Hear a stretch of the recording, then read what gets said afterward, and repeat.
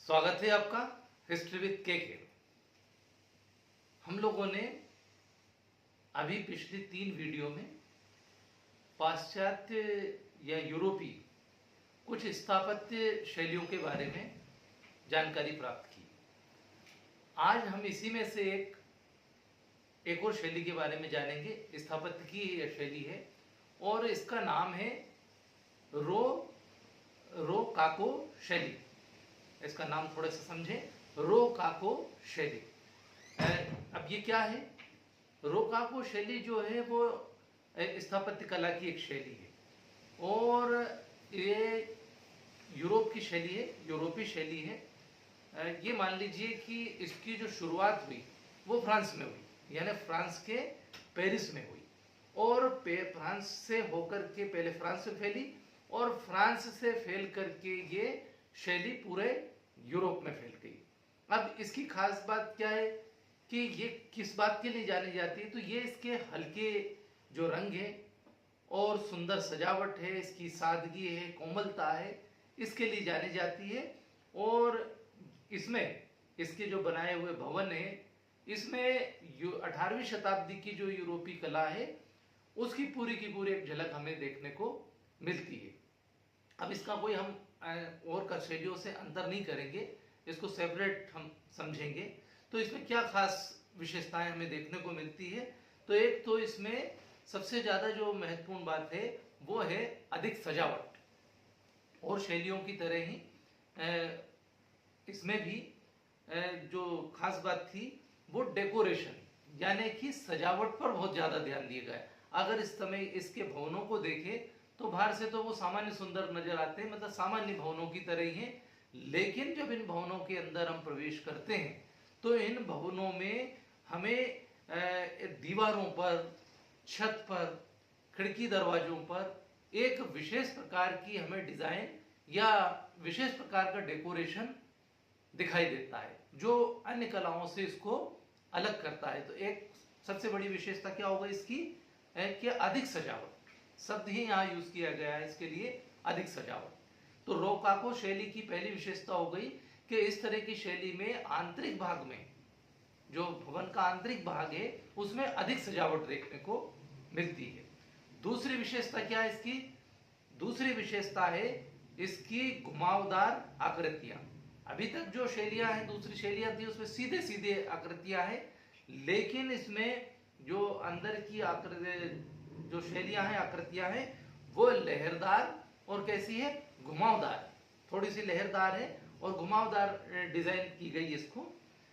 तीसरी जो हमें रोकाको शैली की विशेषता देखने को मिलती है वो है इसकी प्राकृतिक आकृतियां, मतलब जो सुंदरता के लिए और सजावट के लिए अंदर जो डिजाइन की गई है उसमें ज्यादातर जो डिजाइन की है वो प्राकृतिक है, नेचुरल है। जैसे फूल है, बदक है, झरने हैं, चिड़ियाएं हैं, इस तरह की प्राकृतिक चीजों को, प्रकृति को इसकी डिजाइन में ज्यादा महत्व दिया गया है।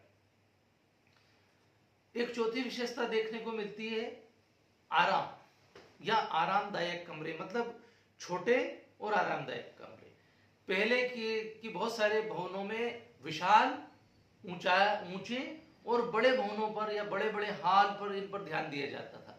लेकिन इस तरह के जो भवन बनाए गए, इस तरह के जो महल बनाए गए, उसमें भव्यता के स्थान पर छोटा हो चाहे, लेकिन उसमें आराम और आनंद पर ज्यादा ध्यान केंद्रित किया गया, ज्यादा ध्यान दिया गया।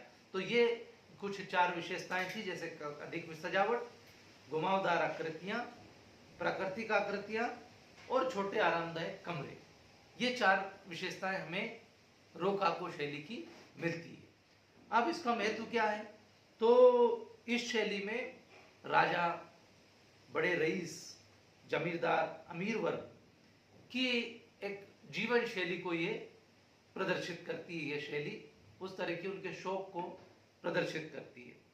दूसरा, इसमें कला, सौंदर्य और आनंद को प्राथमिकता दी गई है। यद्यपि ये शैली बाद में नियो क्लासिकल शैली में समाहित हो गई, अलग से नहीं रही, लेकिन इसका अपना एक महत्व है। अब इसमें कुछ उदाहरण देखें हम कि कहाँ कहाँ पर हमें देखने को मिलेगी। तो वर्साय का महल इसका सबसे अच्छा उदाहरण है। हम ये नहीं कहेंगे पूरा वर्साय महल, परंतु वर्साय का जो कांच वाला भाग है तो वर्साय महल मान सकते हैं। दूसरा आसम चर्च, ये म्यूनिख जर्मनी में है, उसको देखें। सेन सोसी पैलेस, ये जर्मनी में है। होटल डी सोविस, पेरिस यानी कि फ्रांस में है। कैथरीन पैलेस, सेंट पीटर्सबर्ग रूस में। और आमालियन बर्ग, म्यूनिख जर्मनी की। ये कुछ उदाहरण हैं जहां पर इस शैली को हम देख सकते हैं। एक और यूरोपियन शैली के बारे में हम अगले वीडियो में बात करेंगे। आशा है मेरी इस वीडियो से आज आपको यूरोपियन शैली, यूरोपियन स्थापत्य शैली, रोकाको शैली के बारे में पूरी जानकारी मिल गई होगी। यदि वीडियो अच्छी लगे तो प्लीज़ इसे लाइक करें, शेयर करें। और मैं आशा करता हूं कि आपने इससे पहले की 3 जो वीडियो मैंने बनाई थी यूरोपीय स्थापत्य कला की, उनको भी देखा होगा। नहीं देखा है तो देख लें। और भारतीय शैलियाँ जो स्थापत्य कला की, मंदिर निर्माण की, नागर शैली, वेसर शैली और द्रविड़ शैली, इन पर भी मैंने वीडियो बनाए हुए हैं। आप उनको भी देखें। धन्यवाद।